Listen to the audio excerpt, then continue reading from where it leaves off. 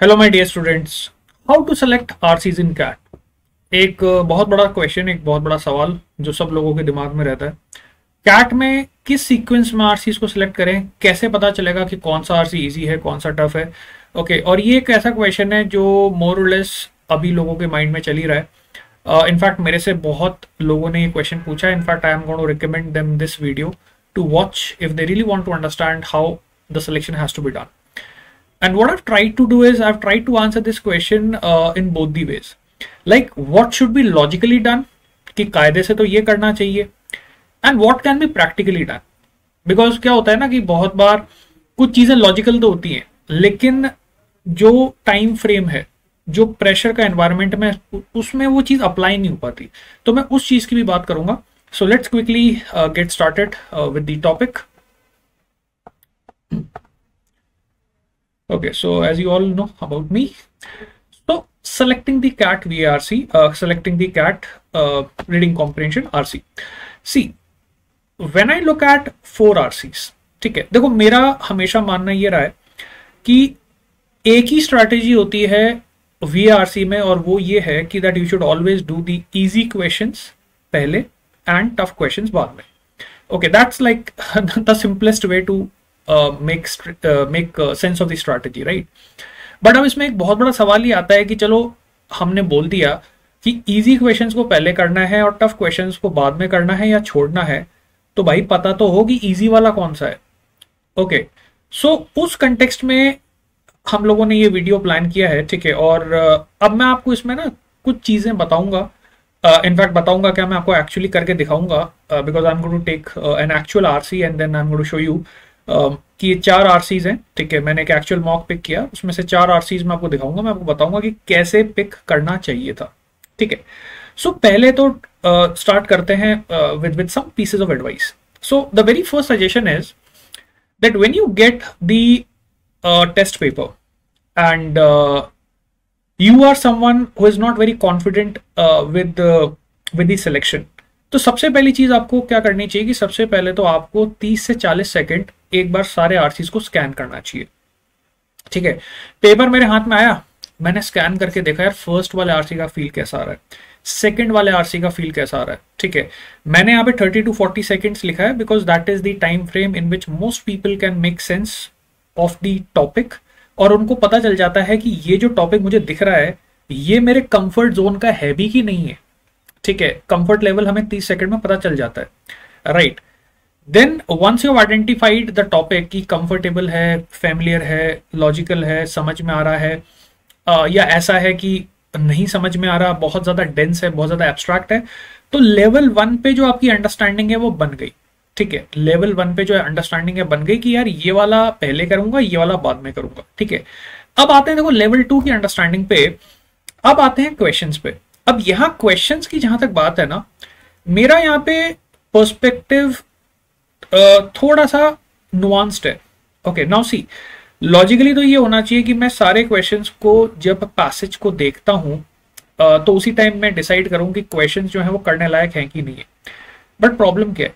Problem ये है कि अगर मैं पैसेज को भी देखूंगा और क्वेश्चंस को भी देखूंगा और मैं फर्स्ट शॉट में देखूंगा, तो sometimes what may happen is that I may end up wasting a lot of time looking at all the questions of all the passages. Okay, तो 16 तो क्वेश्चन ही हो गए, ठीक है. 16 क्वेश्चन हो गए, 4 पैसेज का कंटेंट आप देख रहे हो. ओके, सो अब यहां पे देखो मेरा सजेशन क्या है. अगर आप एक ऐसे स्टूडेंट हो जो बहुत ज्यादा वर्बल में खराब नहीं है, and even if you get let's say 3 questions right out of 4, that is still okay for you. Okay, for most people 3 out of 4 is like a decent score. तो मेरे हिसाब से जो आपका पहले 2 आरसीज है ना, वो तो आप कंटेंट के बेसिस पे भी डिसाइड कर सकते हो, एंड देन इवेंचुअली जब आप आरसी करते हो तो आप क्वेश्चंस को हटा सकते हो जो आपको लगता है कि यार ये तो ज्यादा टफ आ गया, ठीक है. So that is one way. Okay, in that sense you can actually select the passage on the basis of content and have a very vague sort of look at question but not very in depth, ठीक है. Second strategy क्या है कि sir मेरा तो हालत बहुत ज्यादा खराब है और मैं तो गलतियां बहुत ही ज्यादा करता हूं, तो मैं तो रिस्क ले ही नहीं सकता जहां तक क्वेश्चंस की बात है, क्योंकि मेरे को तो पूरा 100% श्योर होगा तो ही मैं आरसी में एंटर करूंगा, क्योंकि मेरी जो कैपेसिटी है ना एक टफ आरसी या कॉम्प्लेक्स आरसी को समझने की, वो बिल्कुल जीरो है। तो फिर मैं आपको रिकमेंड करूंगा कि भाई इन दैट केस आप पूरा 5 मिनट लगाओ आराम से, फिर आप पूरा पैसेज देखो, उनके फिर आप क्वेश्चंस भी देखो, क्वेश्चंस मतलब एज इन क्वेश्चन की स्टेप, ऑप्शंस तो आपको तब भी नहीं देखने, and then you select those 2 easiest passages और उनको आप डोमिनेट कर लो। Okay, so again to give you an overview, first category of students who are not that bad in verbal. Okay, obviously you can afford to take some amount of risk. You don't need to invest इतना सारा time reading all the passage and reading all the questions. Okay, you can just take a call on the basis of content. Do the first 2 passages. If you find a certain question tough, just eliminate it, move on to the next passage, and then eventually even if you leave 2 or 3 questions, that's okay. Nothing bad in that. 3 passage में से अगर आपने 2-3 question skip भी मार दिए, क्या फर्क पड़ता है। ओके, सेकंड कैटेगरी, अगर आप उतना प्रैक्टिस वाले स्टूडेंट नहीं हो, then in that case you need to be doubly cautious. Then in that case तो फिर आप हर चीज को चेक करो। अब ये चीज ना मैं वो करके दिखाता हूँ, ठीक है। Let me show you how it has to be practically done. Okay, so guys this is a mock, ठीक है। अब मैंने यार RC1 को स्टार्ट किया, RC1 मेरे सामने नजर आ रहा है, ठीक है। RC1 पे नजर मारते हैं। फर्स्ट स्टेटमेंट क्या कह रहा है, ठीक है। Narcissism is said to be the history of 20th century among other related social illnesses. More and more people claim disturbance of self-esteem and feeling of great emptiness. The modern narcissism, however, seems not to be originated in early childhood as once described by Freud. यार ये topic ना वैसे पढ़ने लायक लग रहा है, क्योंकि आजकल के टाइम पे बहुत सारे ऐसे लोग आपको देखने को मिल जाते हैं जो बहुत ज्यादा नार्सिसिस्ट होते हैं। Even a lot of politicians are narcissist, a lot of TV actors are narcissist. तो ये ना समझने लायक टॉपिक है। Personally I can easily make sense of the topic, और इस पे काफी बातचीत वगैरह भी मैंने सुनी है, ठीक है। तो इसको समझा जा सकता है। अब इस पे क्वेश्चंस की अगर मैं देखो नजर मारूं तो है ना, देखो ये जैसे फर्स्ट क्वेश्चन है, तो अब इस फर्स्ट क्वेश्चन में देखो यहाँ पे क्या ANC, ANB, BNC, मतलब आप समझ जाओ कि यार इसमें ना बहुत ज्यादा चेकिंग करनी पड़ेगी। अब बहुत ज्यादा चेकिंग करनी पड़ेगी तो इसका मतलब ये तो शायद पकड़ में आएगा नहीं क्वेश्चन। नेक्स्ट पे आओ, which are the following statements can be inferred. अब देखो यार वैसे ही इन्फरेंस का क्वेश्चन है, इससे ज्यादा मैं पढ़ नहीं सकता, बट अगर पैसेज समझ में आएगा तो मैं इन्फर कर लूंगा। Why does the author refer to queen in the, okay, चलो यार ये भी एक फैक्ट बेस्ड क्वेश्चन है, बीच में जहां पे भी क्वीन वगैरह आया होगा, ठीक है, और उसको स्नो वाइट वाली टेल में क्वीन का रेफरेंस क्यों आया मैं देख लूंगा, ये भी हो जाएगा। The author of the passage likely most likely to agree which are the following statements. Most likely to agree, इसका मतलब ये थोड़ा सा एप्लीकेशन बेस्ड क्वेश्चन है, ठीक है, समझ के करना पड़ेगा, ऑथर का दिमाग है ना अंदर जाके देखना पड़ेगा, लेकिन हो जाएगा अगर पैसेज समझ में आता है तो, ठीक है। तो ये 3 क्वेश्चन ऐसा लग रहा है हो जाएंगे, ठीक है। नेक्स्ट पैसेज पे आते हैं। There is no better way to understand what political philosophy is and why we need it than by looking at Lorenzetti's magnificent moral. We can define political philosophy as an investigation into this nature, causes and effects of good and bad government. And our picture not only encapsulates this quest but expresses in striking visual form 3 ideas that stand at the very heart of the subject. The first is that good and bad government profoundly affect the quality of human lives. Lorenzetti shows us that the rule of justice and the virtues allows ordinary people to work, trade, hunt, dance, and generally do all those things that enrich human existence. Okay, so political philosophy के बारे में good bad governance वगैरह की बात हो रही है, ठीक है। यार पढ़ने में तो आ रहा है, ठीक है, हालांकि मेरे को इतना ज्यादा कोई इंटरेस्टिंग ये टॉपिक लग नहीं रहा। पर्सनली मैं बोर हो जाऊंगा, बट अगर कोई ऑप्शन नहीं होगा तो इसको भी करेंगे सेकंड नंबर पे। ओके, देखते हैं इसके अंदर what does the author mention, why does the author mention Lorenzetti magnificent moral in the passage. तो ये तो फैक्ट बेस्ड क्वेश्चन लग रहा है। ओके, कहीं पे तो ये मोरल का मेंशन आया होगा, नहीं तो यार कुछ इन्फर वगैरह करना पड़ेगा इसमें, है ना, हो जाएगा। लेकिन which of the following is not true, अब इसमें ना पूरा पैसेज पढ़ना पड़ेगा, इसमें दिक्कत आ सकती है। Which of the following can not be inferred, ये तो पक्के से नहीं होगा, क्योंकि ये तो यहाँ पे इसमें इतने कॉम्बिनेशन बना रखे हैं। अब इतने कॉम्बिनेशन बना दिए इसने तो सारे चेक करने पड़ेंगे, बहुत टाइम लग जाएगा, तो ये तो पक्के से हाथ में नहीं आएगा। Which of the following can be inferred, ये हो जाएगा, क्योंकि अगर पैसेज समझ में आ गया बाई चांस तो इसको निकाल सकते हैं। तो इसमें भी 3 क्वेश्चन तो कर लेंगे अपन। नेक्स्ट पे आते हैं। It's comforting to know that 2 of the foremost literary minds of this century, Paul Auster and James Corsi, spent a portion of their time writing letters to each other rather than being old-fashioned or collection of their upholstery exchange seem to live up to urgent title here and now. When Nobel laureate Quezet sat down to write a letter to Auster in July 2020, decided to start by noting the importance of friendship. Paul Auster revolutionized contemporary American fiction. Books such as New York Trilogy, okay कुछ तो मेमवा fiction वगैरह के अंदर जा रहे हैं ये लोग। Here and Now gives you more than predictable reference to Plato, undercut by Johnny Depp. The reference to Plato that repartee proves true. Auster's observation letter of यार ये तो बड़ा बहुत बेकार सा लग रहा है, बहुत बड़ा बोरिंग भी है। और ना दो लोगों की डिस्कशन के बीच में ऑथर ने अपनी सोच भी इसमें एंटर करवा रखी है, तो पूरा एब्स्ट्रैक्ट टाइप का भी इसका सीन बन रहा है। और जिन चीज़ों के बारे में डिस्कशन चल रहा है ना वो भी कोई इंटरेस्टिंग चीज़ें लग नहीं रही। चाइल्डहुड ऑफ जीसस नॉवल का नाम है भाई। ओके पर्सनली थोड़ा सा मेरे को ना ये बोरिंग टाइप का लग रहा है पढ़ने में बहुत। Okay I don't know questions कैसे हैं, देखते हैं। तो what does the author indicate in the last line of the second paragraph. Okay ये क्वेश्चन किया जा सकता है क्योंकि एक सिंगल लाइन पे बेस्ड है। For following summarises the our passage. यार समरी वाला क्वेश्चन अगर पैसेज समझ में आ गया तो किया जा सकता है। इट कैन बी इन्फर्ड, ये भी किया जा सकता है अगर पैसेज समझ में आ जाए। पैसेज की टोन कैसी है, बड़े इजी वर्ड्स हैं, सबका मीनिंग पता है मेरे को, कर सकते हैं। तो यार क्वेश्चंस तो इसके इजी है, ठीक है। देखते हैं इसको थर्ड नंबर पे डालते हैं फिर, है ना। हालांकि टॉपिक तो बहुत बोरिंग था बट क्वेश्चन तो इजी लग रहे हैं। लास्ट पे आते हैं। There is something some out with a recent story in New York Times that declared ebooks make readers feel less isolated. Being a bookworm is uncool. The story alleges, but carrying around a good e-reader seems reading became chic. Strangers constantly ask about it. Michael Hughes, a communication associate, John Hopkins Bloomberg School of Public Health, said of iPad, which he uses to read a mix of novels and non-fiction. The problem is here not with the ebook. I'm in favor of any mode of literary delivery. The only way I consumed Tolstoy was having by trail of ants, marching towards my desk, each hosting a piece of rice inscribed with a relevant word. तो यहाँ पे ना ई readers versus physical book का कुछ comparison चल रहा है और ऑथर अपना एक प्रेफरेंस बता रहा है कि मेरे को ई बुक के साथ दिक्कत नहीं है, लेकिन ई बुक को आप इस तरीके से यूज करते हो ताकि आप लोगों को इम्प्रेस कर पाओ, ठीक है, सोशलाइज करने के लिए। तो वो चीज मेरे को थोड़ी दिक्कत वाली लग रही है। यार ये ना ये पैसेज जो है क्योंकि ई बुक्स के रेफरेंस को लेके बन रहा है, फिर ऑथर अपना खुद का राइटिंग के बारे में, रीडिंग के बारे में जो उसका परसेप्शन है उसके बारे में बात कर रहा है। To me personally this looks like a readable topic, मतलब मेरे को इंटरेस्टिंग लग रहा है, ठीक है। अब कई चीजों में ना आपकी खुद की प्रेफरेंस भी डिपेंड करती है।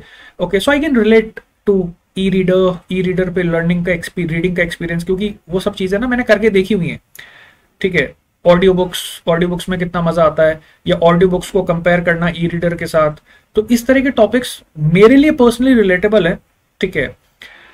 तो अगर मैं अपने हिसाब से देखूं तो ये मैं पैसेज करने की कोशिश करूंगा। According to passage of the following cannot be inferred मतलब पूरा पैसेज पढ़ के आंसर होगा।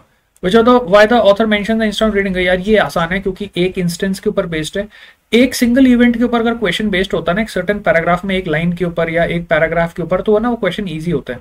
Which are the following expresses central theme. यार ये भी हो जाएगा अगर पैसेज समझ में आ गया ना, तो सेंट्रल थीम वाले क्या है कि हो जाते हैं। The author calls a good book an antidote, which is the antidote. What's an antidote to? तो ये भी किसी ने स्पेसिफिक पैराग्राफ की किसी स्पेसिफिक लाइन को लेके बनाया क्वेश्चन, क्योंकि कहीं पे तो मेंशन एंटीडोट किया होगा और उस पर्टिकुलर लाइन पे जाके इसका आंसर मिल रहा होगा।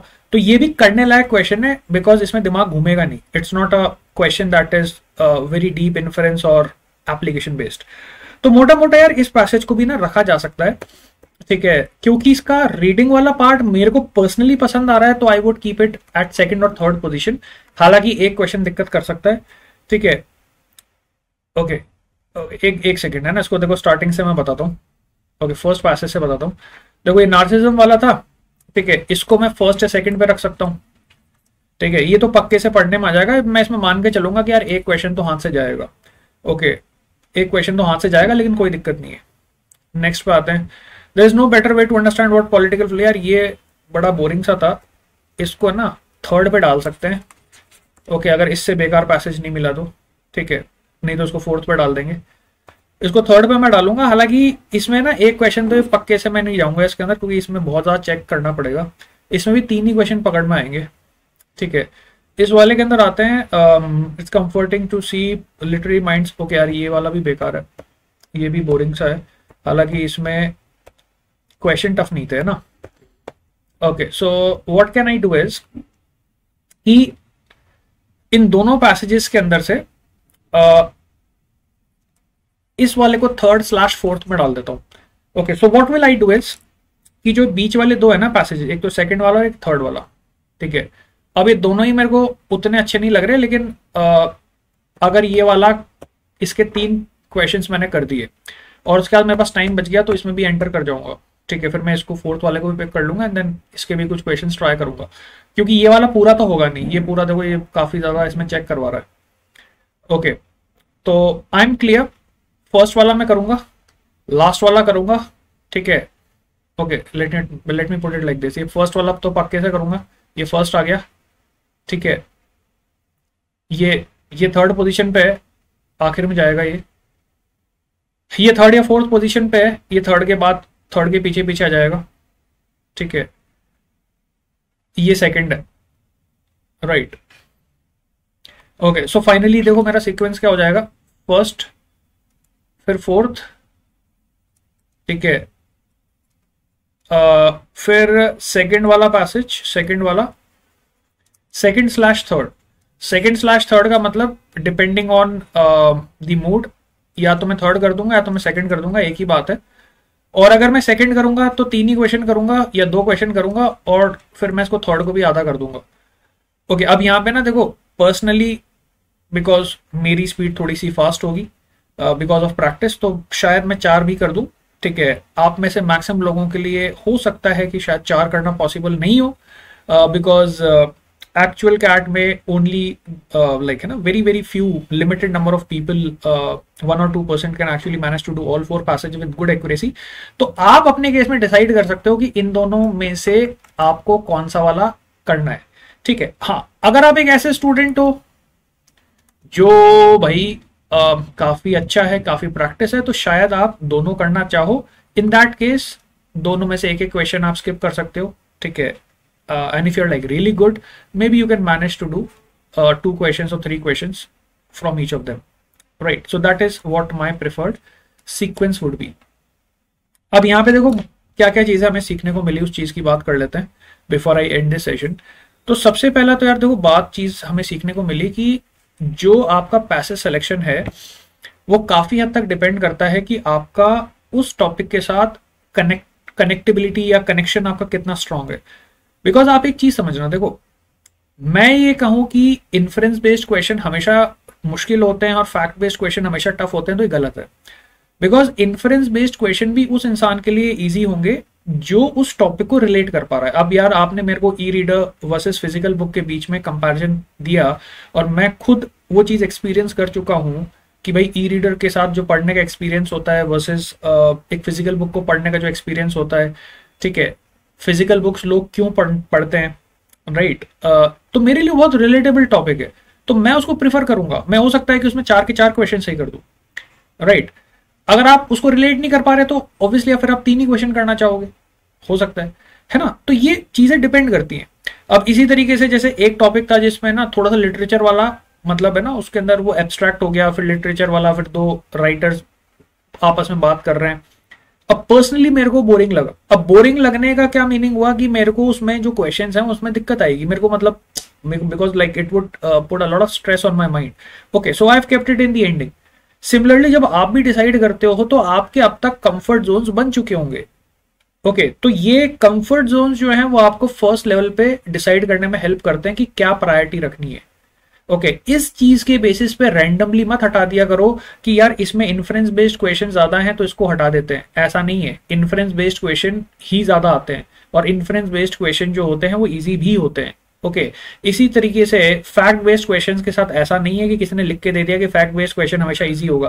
फैक्ट बेस्ड क्वेश्चन इजी आते हैं जनरली, लेकिन क्योंकि कैट का एग्जाम है तो हो सकता है कि मैं आपको 4 चॉइसेस बना के दे दूं और लिख दूं 1, 2 and 3 all 3 are correct, 2 and 3 are correct, only 1 is correct, तो अभी मेरे को पूरा पैसेज पढ़ना पड़ेगा। ठीक है, तो ये चीजें डिपेंड करेंगी। Okay, so the very first thing that you decide the passage on the basis of is the content, and then with content the second level of decision that is made is basically questions.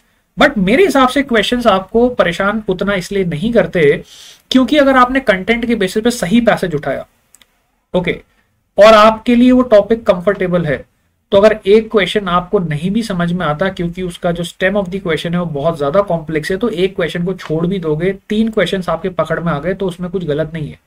Okay, अब यहाँ पे ना कई लोगों के mind में question आएगा, sir ऐसा कैसे, अगर ऐसा हुआ तो कि भाई पैसेज इजी है और क्वेश्चन टफ है तो फिर मैं क्या करूंगा।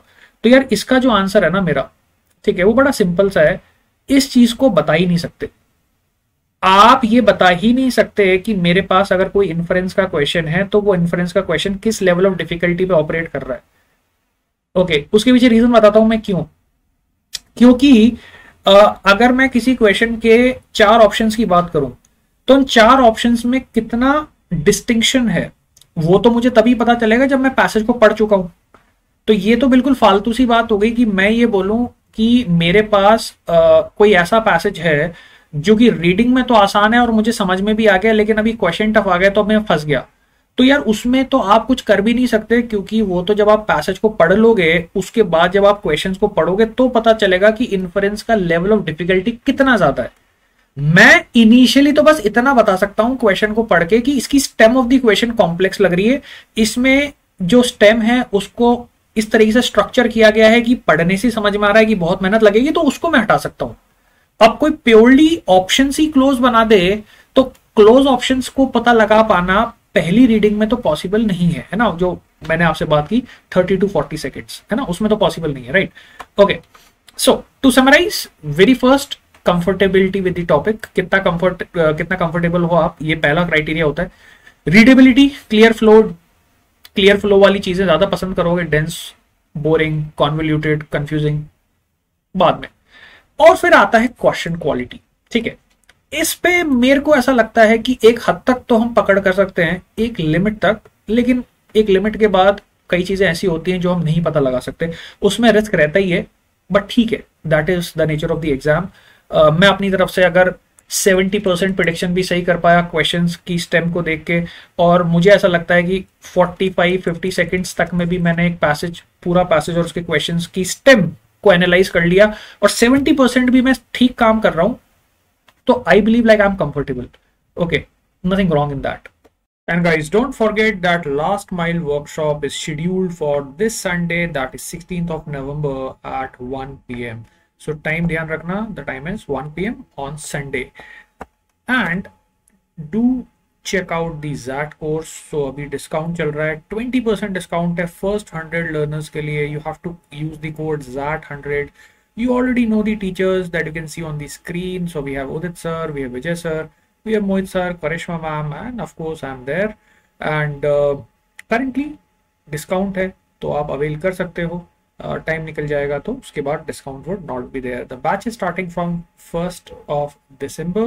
Okay, so do check out this course and call on the office numbers.